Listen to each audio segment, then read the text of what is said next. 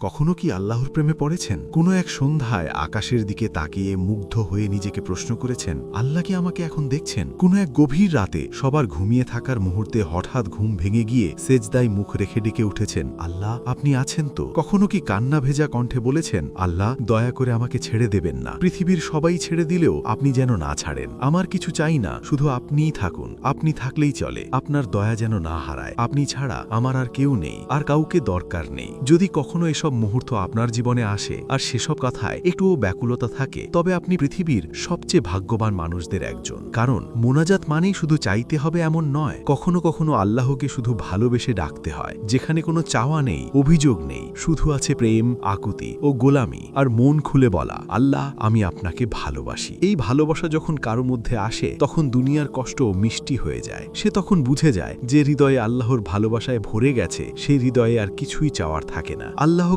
যে পেয়ে গেছে তার আর কি লাগে। হে আল্লাহ, আপনি আমাদের সকলকে আপনার প্রিয় বান্দা বান্দি হওয়ার তৌফিক দান করুন এবং আমাদের সকলকে হেদায়েত দান করুন, আমিন। এরকম ইসলামিক ভিডিও ও গল্প পেতে ফলো করে রাখতে পারেন এবং চাইলে আপনার বন্ধুদের শেয়ার করতে পারেন। হয়তো আপনার একটি শেয়ারের কারণে আপনার বন্ধুদেরও আল্লাহর প্রতি ভালোবাসা বেড়ে যেতে পারে।